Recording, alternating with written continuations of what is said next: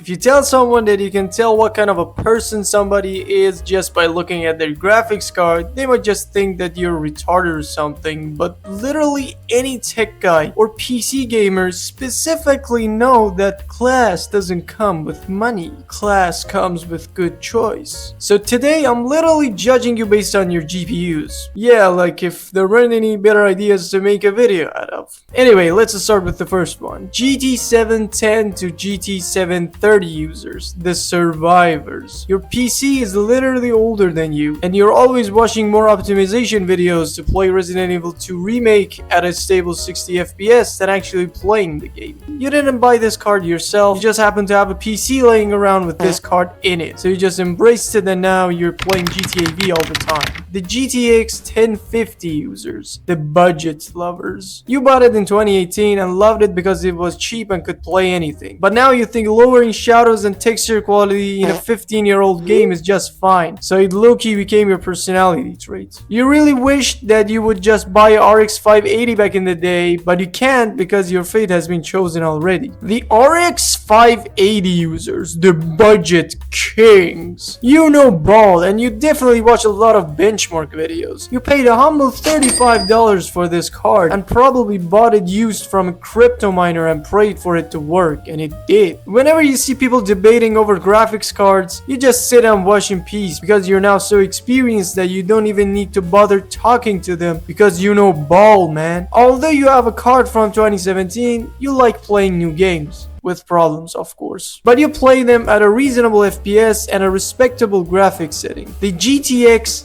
1650 users, the laptop gamers. You definitely play on laptop, just don't fight it, this is a laptop card. You play Valorant, Minecraft, and maybe some Fortnite, but you guys still lower shadows and texture quality down to the lowest because your deadass card can't just handle load with 4GB of VRAM. The Intel UHD graphics users. The future geniuses. Genuinely, these people are the best. They tweak everything until they get the performance they need with a fucking 20-year-old integrated graphics card. And they usually become a very successful streamer, software engineer, or animator. Though they could do none of these on their own integrated graphics laptop. All in all, these people are just a gigachat of the PC world. Shout out to them. Thank you for your service. Now I want to step it up a little and talk about a little more powerful and new GPUs. The Intel Arc users. There are simply two scenarios. One, you really just hate AMD and Nvidia too much that you just decided that you were gonna buy anything from anyone other than these two brands because they're low-key fucking up with your brain too much. Or two, you really just want to be different and bought something that nobody knows exists so you can yap about XCSS. You really like to root for the third option and you love proving people wrong. And no, I don't need your cancellation to buy a new GPU. I've seen enough to decide myself already. The RTX 3090 users, the I edit videos type of people. Apparently bought it for work, but you open After Effects twice a month and you like Call of Duty for some reason. When anybody wants to buy a 4090, you tell them, you know you can buy a 3090 with half the money and the same performance, man. They buy the 4090 anyway and you're left alone. And their performances aren't the same either, dude. What the fuck?